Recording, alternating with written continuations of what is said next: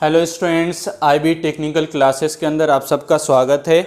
आज की इस वीडियो के अंदर हम लोग बात करेंगे फर्स्ट यूनिट का इलेक्ट्रिकल पावर जनरेशन के अंदर क्या पढ़ना है, और जिसके अंदर हम लोग देखेंगे इम्पॉर्टेंस ऑफ इलेक्ट्रिसिटी क्या है, डिफरेंट इम्पॉर्टेंस की बात करेंगे।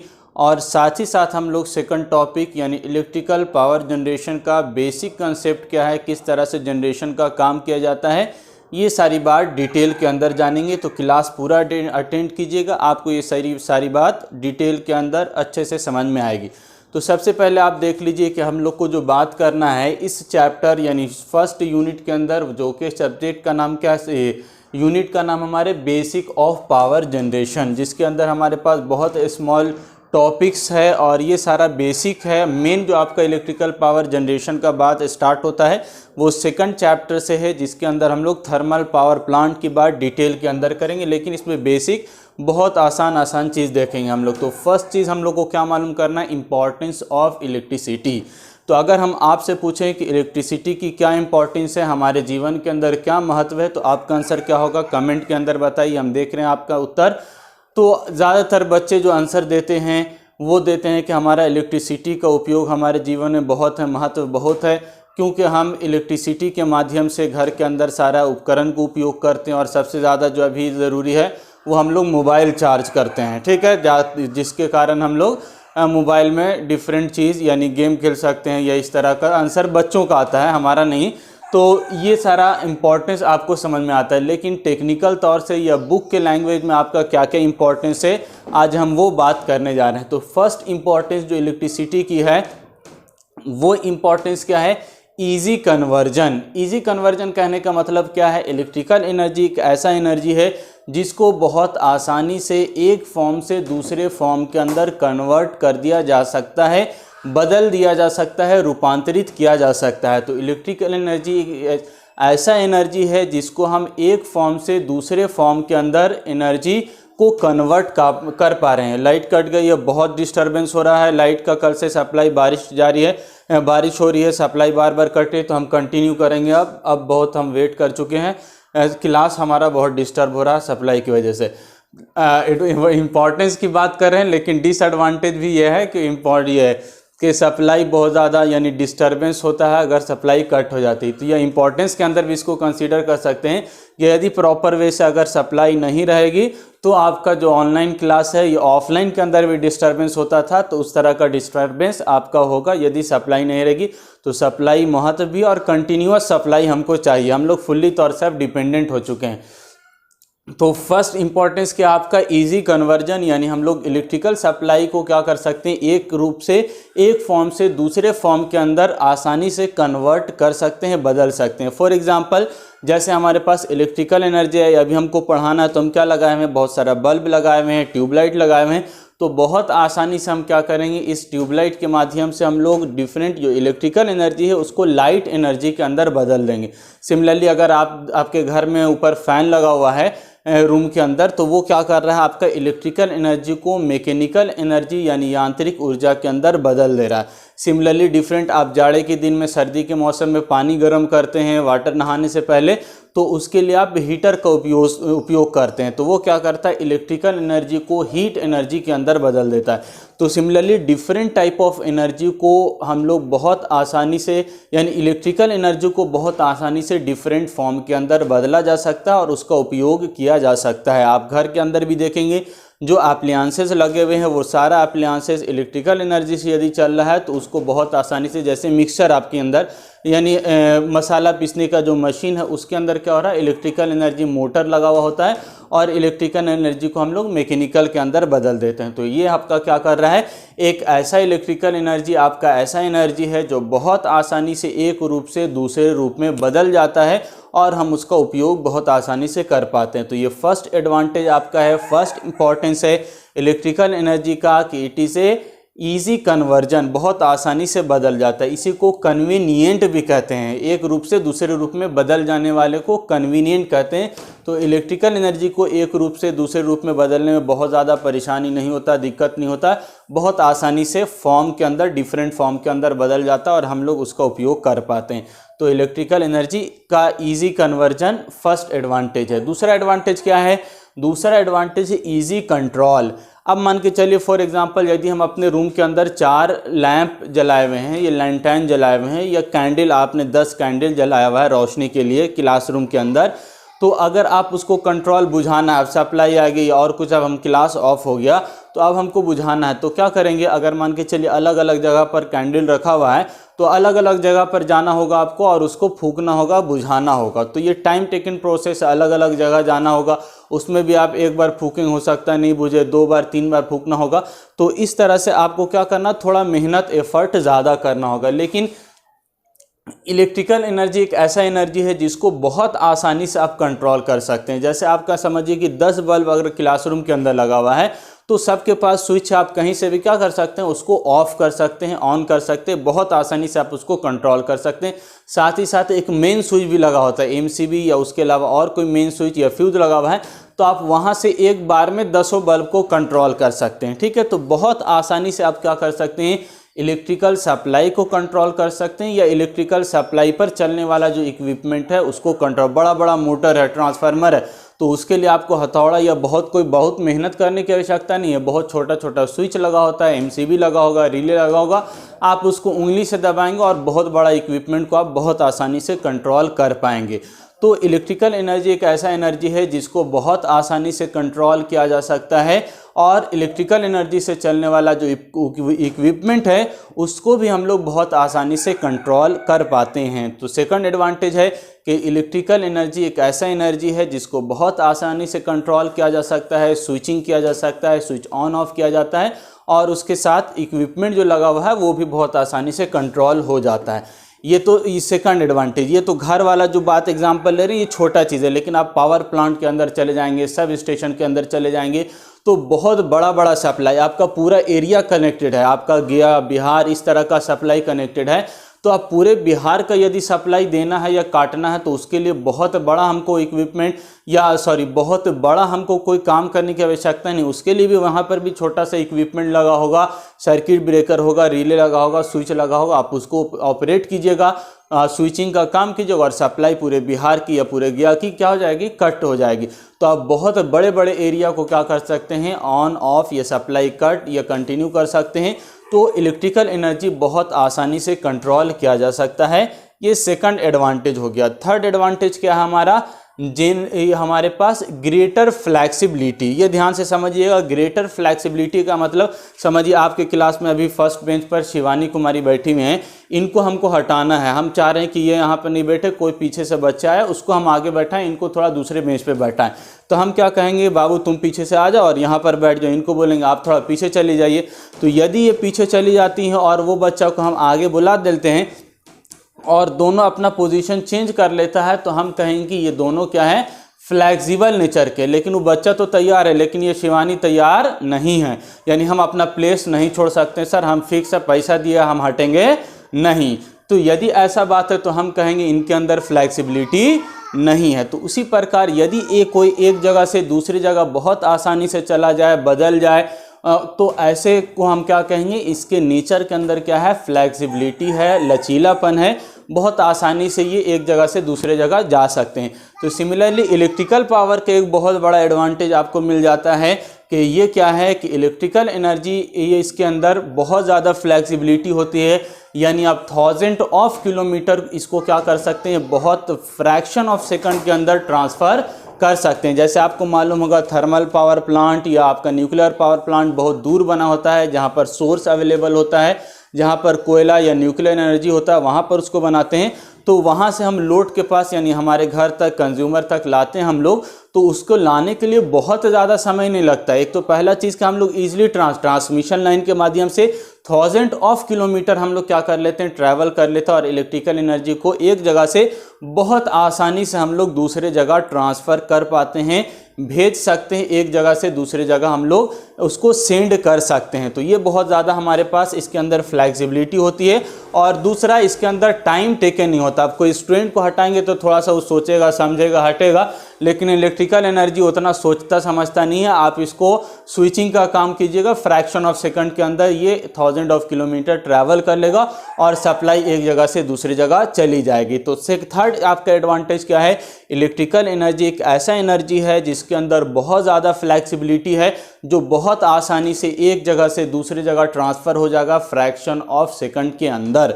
तो ये आपका थर्ड एडवांटेज हो गया, जो कि बहुत बिग एडवांटेज है, जो दूसरे आपके सोर्सेज, मान के चलिए आप कैंडल या आप लाइट लगाए हुए, आप इसको फ्लैक्सिबिलिटी एक घर से दूसरी जगह कन्वर्ट करना जा रहे हैं तो आपको बहुत ज़्यादा एफर्ट करना पड़ेगा, लेकिन इलेक्ट्रिकल सप्लाई को आप बहुत आसानी से ट्रांसमिशन लाइन के माध्यम से ट्रांसफ़र कर सकते हैं।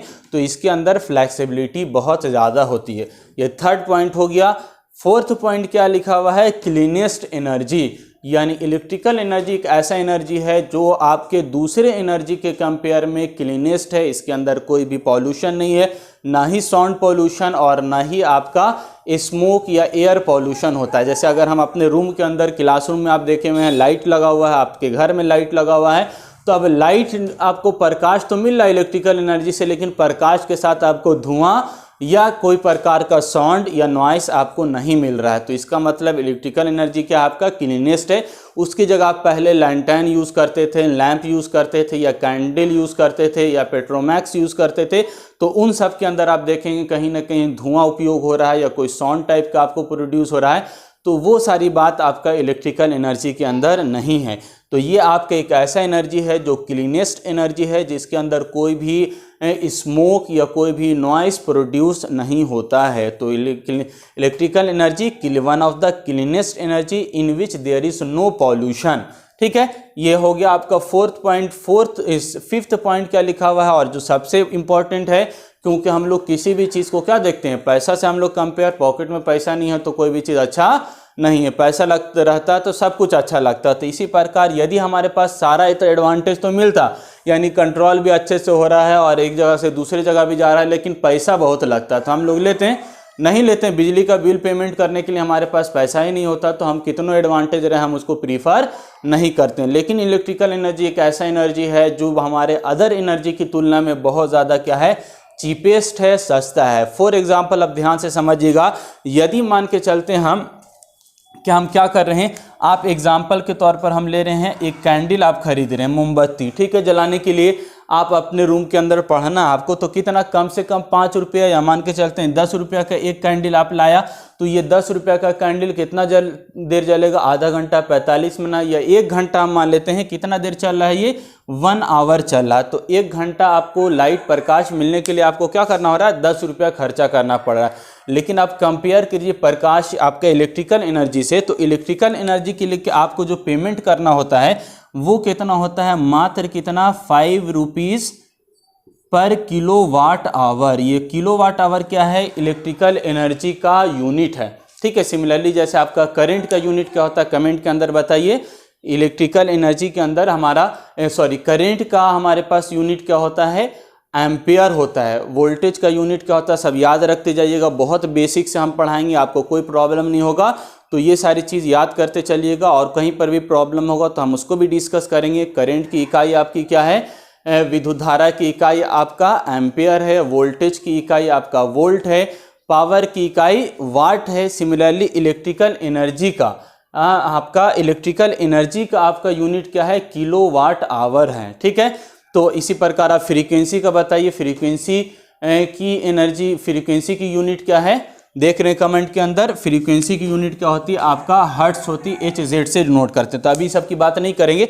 अब आइए हम लोग चीपेस्ट की बात कर रहे थे, तो चीपेस्ट में आपका क्या है, इलेक्ट्रिकल, मान के चलने एक कैंडल आपने लिया तो इसको कितना लग रहा है आपका, 10 रुपये के अंदर आपने खरीदा, जो आपका 1 घंटा चल रहा है। ठीक है, दूसरा यदि आप इलेक्ट्रिकल एनर्जी का कंपेयर करेंगे तो इलेक्ट्रिकल एनर्जी का जो बिलिंग होता है, बिजली बिल आता है, आप उसमें उठाकर देखेंगे, घर के अंदर होगा तो चोरी से चल रहा होगा तो हम नहीं कह सकते हैं। यदि बिजली बिल आता होगा तो 5 रुपया पर किलोवाट आवर जनरली होता है, कहीं कहीं पर 4 रुपया भी, 3 रुपया भी होता है, और कहीं कहीं पर 7 रुपया होता है। तो एवरेज हम मान के चल रहे हैं 5 रुपीज़ पर किलोवाट आवर।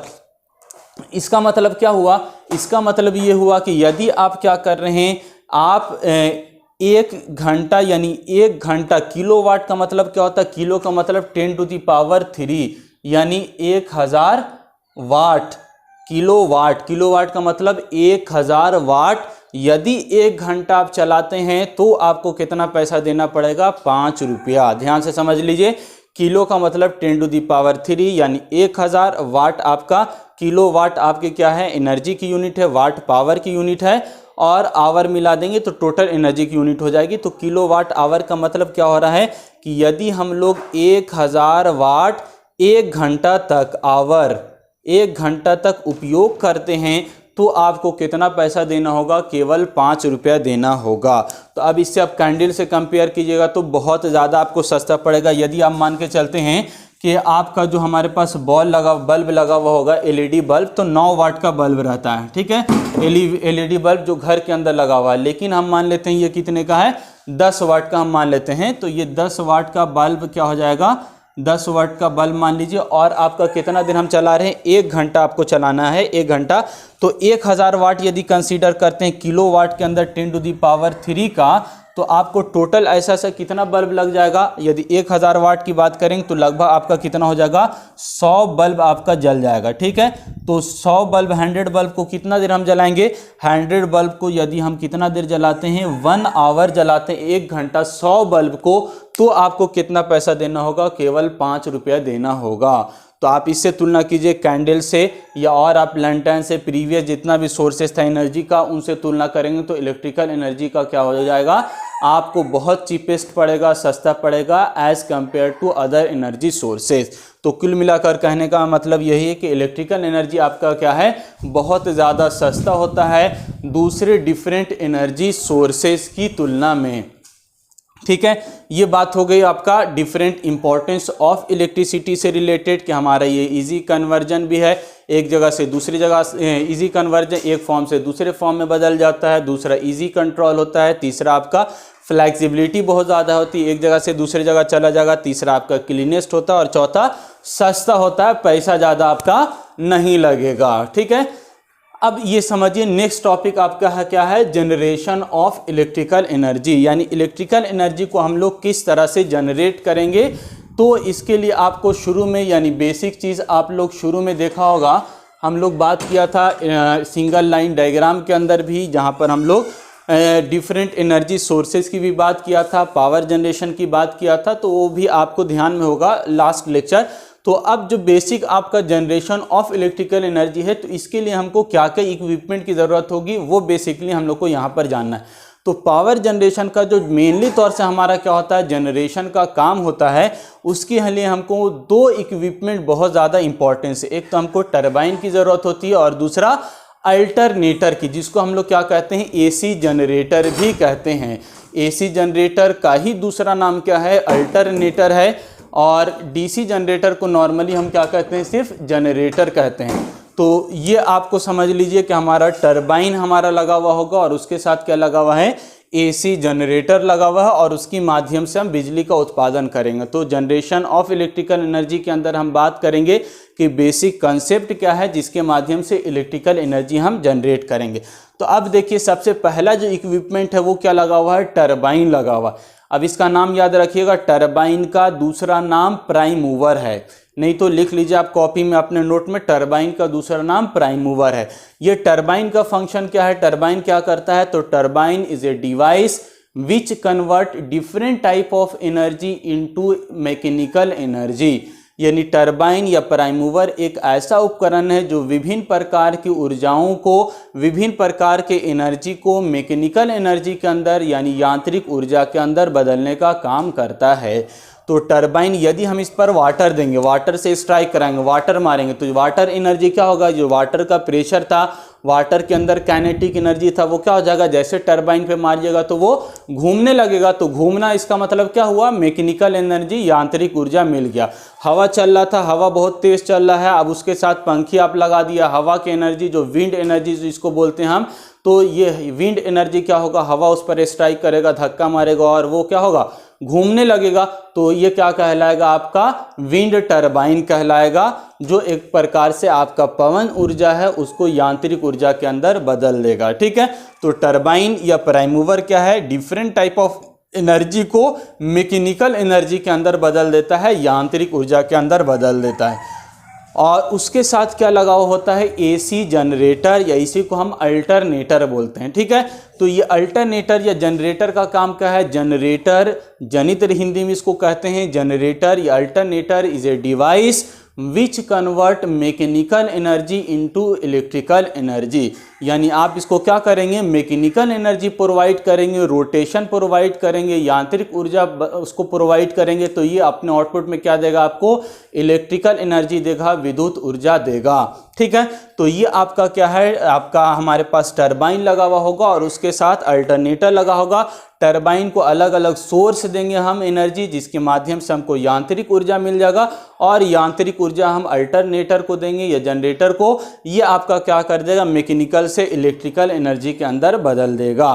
तो ये बीच में जो आप लगा हुआ है इसको हम लोग कपलिंग बोलते हैं। कपल का मतलब जोड़ा होता है। कपल जानते होंगे, पार्क उर्क में भी रहते हैं, तो वो कपल की बात नहीं कर रहे हैं हम। कपल का मतलब दो चीज़ों को जोड़ना। तो यहाँ पर हम क्या करेंगे? टरबाइन और अल्टरनेटर को आप कपल कर रहे हैं, जोड़ रहे हैं, मिला रहे, तो ये आपस में बड़ा जुड़ा हुआ होगा, एक दूसरे के साथ नट बोल्ट के साथ कसा हुआ होगा, और कसने के बाद आपका जैसे मैकेनिकल मिलेगा इसको, ये आउटपुट में अल्टरनेटर आपका इलेक्ट्रिकल एनर्जी में बदल देगा। अब थोड़ा और समझाते हैं आपको। मान के चलिए यहाँ पर टरबाइन लगा हुआ है और टरबाइन से हमको ये थर्मल पावर प्लांट हमको बनाना है। ठीक है, तो थर्मल पावर प्लांट के अंदर हम क्या करेंगे? ये आपका जो एनर्जी सोर्सेस था, इस एनर्जी को हम क्या कर रहे हैं? थर्मल में हमको क्या चाहिए? थर्मल का मतलब हीट होता है, और हीट के लिए हम क्या करेंगे? कोल को जलाएंगे, बर्न करेंगे, यानी कोयला को जलाएंगे। कोयला से हीट प्रोड्यूस होगा और उस हीट के माध्यम से वाटर को बॉयल करेंगे। वाटर जैसे बॉयल होता है उसको हम लोग उसका वाष्पीकरण करेंगे, स्टीम के अंदर, भाप के अंदर बदलेंगे, और जो स्टीम होगा, वाटर जो हमारे पास स्टीम के अंदर एनर्जी है, भाप के अंदर जो एनर्जी है, उसी को हम टरबाइन के ऊपर स्ट्राइक कराएंगे, धक्का माराएंगे हाई प्रेशर से, और ये टरबाइन क्या होगा? रोटेट होगा।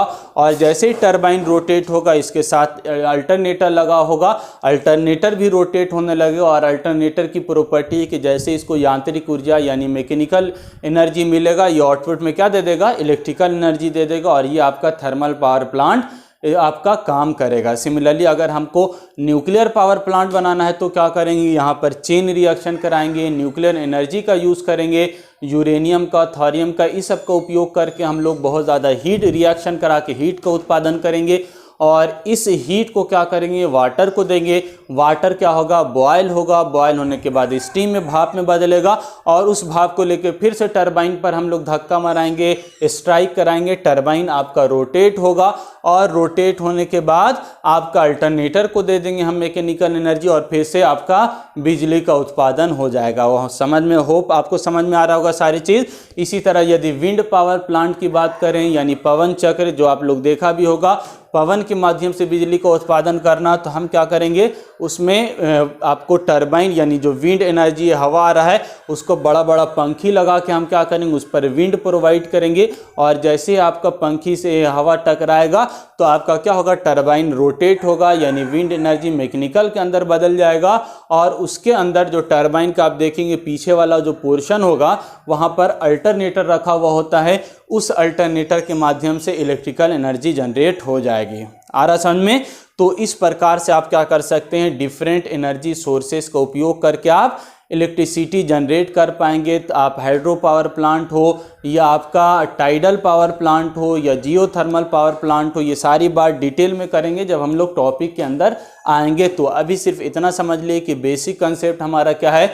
हम लोग टरबाइन और अल्टरनेटर की सहायता से बिजली का उत्पादन करते हैं। अब यहाँ पर जो इलेक्ट्रिकल आउटपुट है, यहाँ पर थोड़ा सा आपको दिख रहा होगा, हमने RYB दिखाया हुआ, तो इसका मतलब रेड, येलो एंड ब्लू होता है। ये 3 फेज होता है। ये सारी बात डिटेल में आपको नेटवर्क के अंदर पढ़ना है, लेकिन अगर आपको प्रॉब्लम होगा तो हम भी आपको बेसिक कंसेप्ट देंगे। आपका जो इलेक्ट्रिकल आउटपुट है वो मेनली तौर से 2 प्रकार का होगा, एक तो AC होगा और दूसरा DC होगा। AC का मतलब होता है अल्टरनेटिंग करंट, और DC का मतलब होता है डायरेक्ट करंट। ठीक है, और अल्टरनेटिंग करंट यानी AC के अंदर भी 2 प्रकार का होगा।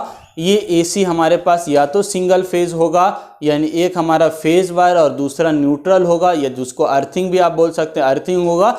तो हमारा सिंगल फेज भी हो सकता है, और दूसरा जो AC सप्लाई होगा वो 3 फेज सप्लाई होगा, जिसके अंदर R, Y और B होगा।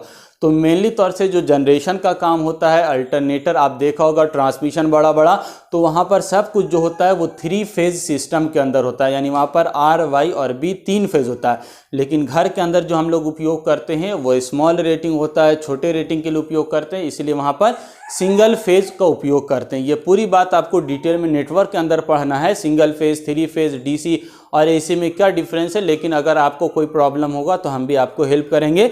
आपको कहीं पर भी कोई भी आपको बेसिक कंसेप्ट के अंदर कहीं पर कोई प्रॉब्लम नहीं होने देंगे। तो ये आपका बेसिक चीज़ हो गया। आपको जनरेशन ऑफ इलेक्ट्रिकल एनर्जी आपको समझ में आया होगा। तो ये बेसिक कंसेप्ट है जिसके माध्यम से थर्मल या न्यूक्लियर या हाइड्रो या इसी तरह और अदर प्लांट आपका काम करता है। लेकिन इसके अलावा ये नहीं समझिएगा कि सारा जो जनरेशन इलेक्ट्रिसिटी जनरेट होता है उसके लिए टरबाइन और अल्टरनेटर की ही आवश्यकता होगी, बगैर उसके हम जनरेशन नहीं कर पाएंगे। तो ऐसी बात भी नहीं है। कुछ एनर्जी ऐसा है, कुछ सोर्स या हमारे पास अरेंजमेंट व्यवस्था ऐसा है जिसमें हम लोग बगैर अल्टरनेटर के और बगैर टरबाइन के भी हम लोग इलेक्ट्रिसिटी जनरेट कर पाएंगे। जैसे आप अपने गांव में या अपने विलेज में, सिटी में कहीं कहीं देखा होगा सोलर पैनल लगा हुआ। तो ये सोलर पैनल क्या करता है, आपका जैसे ही सनलाइट इस पर पड़ता है तो इसके अंदर से इलेक्ट्रॉन्स जंप करता है और आपका इलेक्ट्रिसिटी का उत्पादन होता है। और पूरा डिटेल में किस तरह से काम करता है हम लोग सोलर पावर प्लांट के अंदर, यानी नॉन कन्वेंशनल एनर्जी सोर्सेज की जब बात करेंगे तो उसके अंदर डिटेल में देखेंगे। तो अभी सिर्फ इतना याद रखिए, ये बेसिक कंसेप्ट है जिसके अंदर टरबाइन और अल्टरनेटर की आवश्यकता पड़ती है। लेकिन उसके अलावा भी हमारे पास अरेंजमेंट व्यवस्था है जिसके अंदर हम लोग बिजली का उत्पादन कर सकते हैं बगैर अल्टरनेटर और टरबाइन के। जैसे आपका सोलर पैनल हो गया या आपका बैटरी हो गया, तो बैटरी के अंदर भी क्या करते हैं, केमिकल रिएक्शन कराते हैं और आपका बिजली का उत्पादन करते हैं। लेकिन वहाँ पर 3 फेज मत समझिएगा, 3 फेज और वहाँ पर क्या होगा, बैटरी के माध्यम से DC सप्लाई यानी DC इलेक्ट्रिसिटी आपको मिलेगा। तो इस प्रकार आपका क्या है, हम लोग एनर्जी इलेक्ट्रिसिटी प्रोड्यूस करेंगे different arrangement, different energy sources का उपयोग करके। आई होप ये सारी चीज़ आपको समझ में आ रही होगी। लास्ट में आपसे बस इतना ही रिक्वेस्ट है कि जल्दी से जल्दी एडमिशन ले लीजिए, ताकि आप क्या हो जाए, एडमिशन का प्रोसेस जितना फास्ट होगा उतना हम लोग फ्रीली होकर क्या करेंगे, फिर आपके साथ बढ़िया से कनेक्ट होंगे, रूटीन भी बनेगा। ऐप भी लगभग आपका लॉन्च हो चुका है, आपका प्ले स्टोर पर आ चुका है, लेकिन थोड़ा सा फंक्शन उसमें एडिटिंग बाकी है। तो जैसे मैनेजमेंट की तरफ से इंस्ट्रक्शन आ जाता है आप लोग इंस्टॉल कर लीजिएगा, मैनेजमेंट की तरफ से डेमो भी जाएगा, यानी हमारे जीशान भाई आपको सारा गाइड करेंगे। तो उसके लिए कोई टेंशन नहीं लेना है, जल्दी से जल्दी आपको एडमिशन लेना है ताकि आपको हम लोग फ्रीली होकर टाइम टेबल के हिसाब से पढ़ा पाएँ। ठीक, और थोड़ा बहुत डिस्टर्बेंस हो रहा आप देख रहे हैं, शुरू में सप्लाई थी चली गई, तो थोड़ा सा आपको भी मैनेज करना है। ऑफलाइन की तरह ऑनलाइन में नहीं, थोड़ा बहुत इसमें प्रॉब्लम होता है, तो उसको थोड़ा सा मैनेज बेयर करना है आपको। और मिलजुल कर हम लोग को कॉपरेट एक दूसरे को करते हुए हम लोग सीखना है, और हमसे जितना होगा प्रयास करेंगे, मेहनत करेंगे। और इसी सब के साथ आज का लेक्चर हम अपना समाप्त करते हैं। थैंक यू, धन्यवाद।